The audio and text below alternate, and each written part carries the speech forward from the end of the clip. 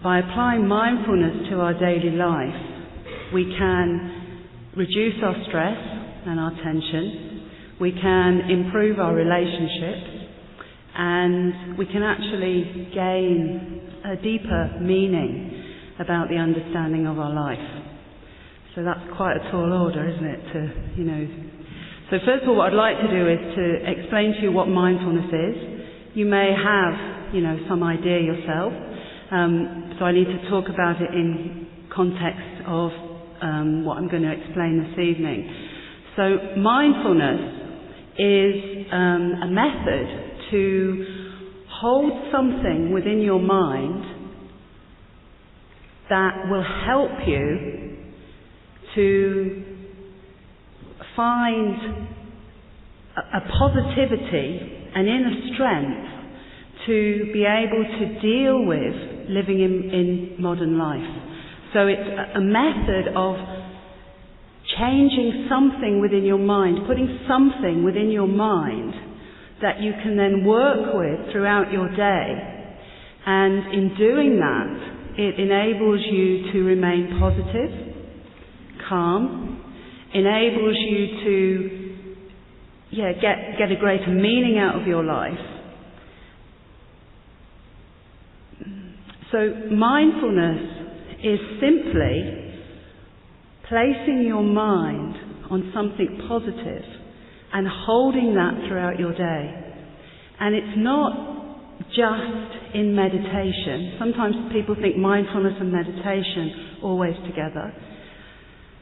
So we can engage in mindfulness in meditation, but we don't have lives where we're going to sit in meditation 24 hours a day. So what we need is mindfulness that is going to help us in daily lives. Yeah? Now, we don't want the mindfulness of eating an orange that's going to take us 7 hours, because we've got a lot of other things going on. We need a mindfulness that is going to empower us to be able to function in our normal capacity, in our normal way, but in a much more beneficial way. So this is the type of mindfulness that I'm talking about this evening. So how does mindfulness help us to reduce our stress? Okay? So this is really important because modern life is very stressful. Now looking out at you, you all look okay actually, probably more relaxed than I am. But in reality, if we're really honest, we're good at looking good, and pretending that we're not stressed. But if we're really honest, life is challenging.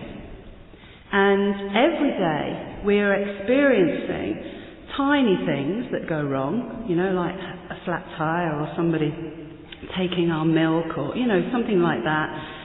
But we're also experiencing the possibility of major things going wrong throughout our day.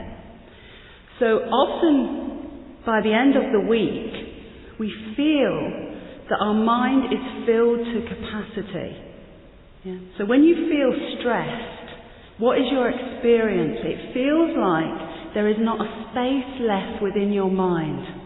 If you just can try to think back to that stress, that tension, that tightness of mind. And the mind becomes very small. And you feel like you just can't think about another thing. You just can't fit another thing in. And often what sends us over the wall is something small, So maybe something little goes wrong and we just feel like we're completely losing it. And then when somebody says to us, what is it? And you say, well, I've got a flat tire.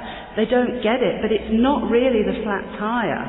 It's because you've had days of all sorts of difficulties and your mind's had enough. It feels like there is no space in the mind. Now, human beings have an incredible capacity of mind. It's beyond anything that we understand at this point. Our mind is as small or as large as we believe it is. It is restricted only by our own thought processing.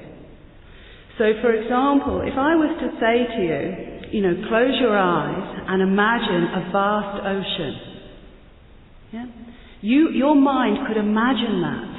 Or if I was to say, close your eyes and imagine a spacious sky, your mind could imagine that. Imagine a sky with no beginning, no end. Your mind could imagine that. When you dream, your mind creates a whole world. The world of your dream is within your mind. So that is how big your mind is. It's as big as we want to create it to be. And the restrictions that we put on, that feeling of that tight mind that can't deal with any more, is a mental restriction we place on the mind itself. So what we need is a method to find the spaciousness within our mind when our mind is tight and stressed. We need to feel the spaciousness of our own mind.